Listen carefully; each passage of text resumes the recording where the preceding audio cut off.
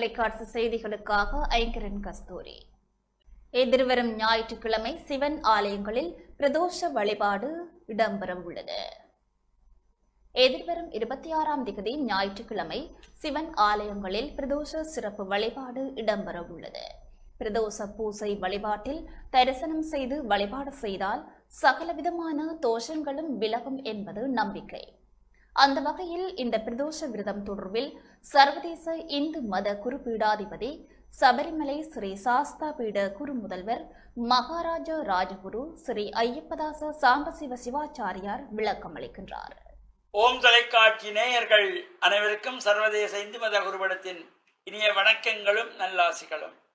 வருகின்ற ஞாயிற்றுக்கிழமை ஆடி மாதம் 10ஆம் நாள் 26/7/2026 அன்றைய தினம் சிவனாலயங்களிலே நடைபெறுகின்றதாகிய பிரதோஷ விரத பூஜை வழிபாடுகள்.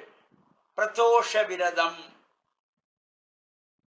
இது பல்வேறு சிவனாலயங்களிலே சிறப்பான அபிஷேக ஆராதனைகள், நந்தியம்பெருமானுக்கு அபிஷேக ஆராதனைகள் நடைபெறும்.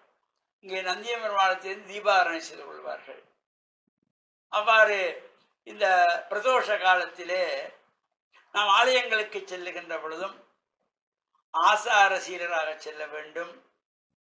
சமய கலாச்சார ஆடைகள் அணிந்து செல்ல வேண்டும். தாய்மார்கள் தலைவாரி பூச்சூடி செல்ல வேண்டும். அதே போல வெறுங்கையோடு செல்லக்கூடாது. நாம் பிரதோஷ காலத்திலே போறோமா, அங்கே அர்ச்சனைக்கு வில்வங்கள் கிடைக்கிற பொழுது வில்வபத்திரம் எடுத்து செல்லலாம். வில்வம் நமக்கு கிடைக்க இல்லையா, வீட்டிலே வளவிலே பூத்திருக்கின்ற மலர்கள் அவை எடுத்து துப்புரவு செய்து கொண்டு போகலாம். கொண்டு போய் கொடுத்து பிரார்த்தனை செய்வது, அர்ச்சனை வழிபாடுகள் செய்து கொள்ளுகின்ற பொழுது பிரதோஷ காலத்திலே எல்லா விதமான சகல தோஷங்களையும் நீக்கக்கூடிய வல்லமை அந்த பிரதோஷ காலத்திலே உண்டு. அதனால்தான் இந்த தேவர்களும் அசுரர்களும் திருப்பால் கடலை கடைகின்றார்கள் அமிர்தத்தை பெறுவதற்காக. அங்கே அமிர்தத்துக்கு பதிலாக ஆழகால விஷம் தோன்றியதும் செய்வதறியாது தேவர்கள் எல்லாம் அங்கும் இங்கும் ஓடி அலைந்து திரிந்து இறைவனிடத்திலே செல்ல வேண்டும் என்று அவ்வாறு அலைந்து திரிந்ததை நினைவுபடுத்துகின்ற வகையிலே தான் இந்த வலது பக்கமும் இடது பக்கமும் வலது பக்கம் இடது பக்கம் 3 முறை இந்த பிரதட்சண வழிபாடுகள் எல்லாம் நடைபெறுகின்ற சோமசூத்திர பிரதட்சணமும் இந்த பிரதோஷ காலத்தில். அவ்வாறு சிறப்போடு கூடிய இந்த பிரதோஷ காலத்தில் நாம் சென்று பக்தியோடு பிரார்த்தனை செய்கின்ற பொழுது எல்லா விதமான நன்மைகளும் நமக்கு கிடைக்கக்கூடியது. அங்கே காப்பரிசி நிவேதனம் வைத்திருப்பார்கள், பிரசாதமாக கொடுப்பார்கள்.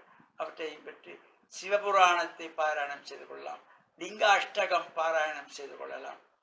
அவர் எது எல்லாம் நமக்கு முடிகிறதோ அவற்றையெல்லாம் மனமுருக பாடி இறைவனுடைய அருளை பூரணமாக பெறுகின்ற வகையிலே இந்த பிரதோஷ காலத்திலும் நாம் இறை வழிபாடுகளில் ஈடுபட்டு இறையருளை பெற்று உற்சவமூர்த்தி வலம் பெறுகின்ற பொழுது 3 முறை வலம் பெறுகின்ற ஆலயங்களும் உண்டு, 1 முறை வலம் பெறுகின்ற ஆலயங்களும் உண்டு. அவ்வாறு 3 முறை வலம் பெறுவதாக இருந்தால் முதல் பிரதட்சணம் பெறுகின்ற பொழுது வேத பாராயணங்கள் ருத்ர பாராயணங்களோடும், 2வது முறை வலம் பெறுகின்ற பொழுது தேவார திருவாசகங்கள் சிவபுராணங்களோடு வலம் பெறுவதும், 3வது வலம் பெறுகின்ற பொழுது தவில் நாதஸ்வரம் மங்கள வாத்தியங்களோடு சங்கநாதம் செகண்டி போன்ற வாத்தியங்களோடும் வலம் பெறுகின்ற சிறப்போடு கூடிய இந்த பிரதோஷ காலத்திலே நாமும் சிவனாலயங்களில் சென்று சிவனுக்கு பில்வம் சாத்தி அர்ச்சனை வழிபாடு செய்வதற்கு அந்த பில்வத்தை கொண்டு போய் கொடுத்து பிரார்த்தனை செய்து இறையருள் பெற்று மண்ணில் நல்ல வண்ணம் வாழ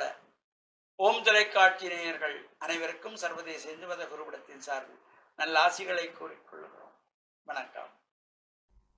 இத்துடன் ஓம் தொலைக்காட்சியின் செய்திகள் நிறைவு பெறுகின்றன. தொடர்ந்தும் நிகழ்ச்சிகளுடன் இணைந்திருங்கள். வணக்கம்.